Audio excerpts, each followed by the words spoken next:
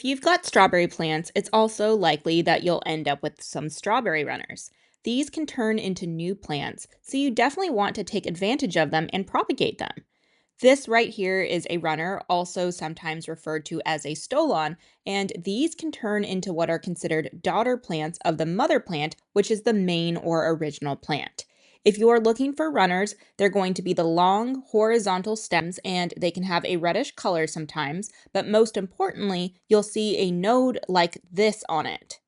Strawberry runners will still grow if you don't turn them into new plants, but runners can make your strawberry planters or patch a tangly mess, and the fruit production of the mother plant may end up suffering because the energy is being used up inefficiently, and you may end up with more leaves than fruit. Many people will just remove the runners because, like other plants that grow offshoots, they can be considered suckers, like on fruit trees, for example. However, if you want to propagate the suckers, it shouldn't affect the production of the mother plant too much since they will be removed once rooted.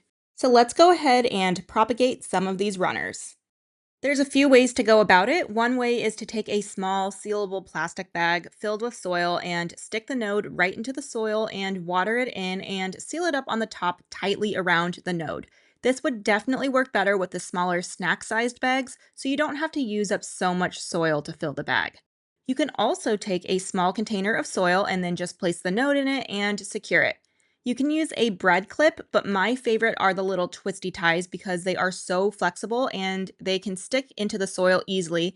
The bread clips can work if they are sturdy enough, but they can sometimes break or not stay in place in the soil as well, so I do prefer the twisty ties. Or you can use a plant clip if you place the node close enough to the edge of the container. Once your nodes are secured, water them in and make sure the soil stays hydrated. If you are using a container, you can still use a sealable bag to kind of help keep it in place a little better in the event your planter gets moved so the runner doesn't pop out and make a mess.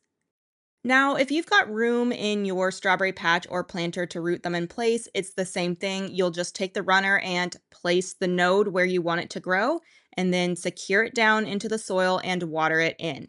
Typically, it can take 3 to 4 weeks to root, so be patient, but make sure the soil around the node is still being watered. During this time, try not to keep checking to see if it's rooted or not because you don't want to disturb it. So again, try to be patient and wait about 3 weeks before checking by gently tugging at it to see if it feels rooted or not.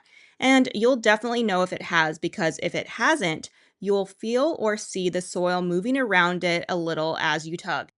So it's been a little over 3 weeks now, and as you can see, I'm gently tugging at it and there isn't much give. So now it is time to cut the umbilical cord. So you just snip it off like so, and then you can cut off the excess, and then you have a new plant. And for the ones in bags or containers, you can transplant them wherever you want. So there you have it, propagating strawberry runners into new strawberry plants. It's a great way to get more bang for your buck and to get more plants without having to buy them. And more plants equals more strawberries, so make the most of your plants and be on the lookout for those runners.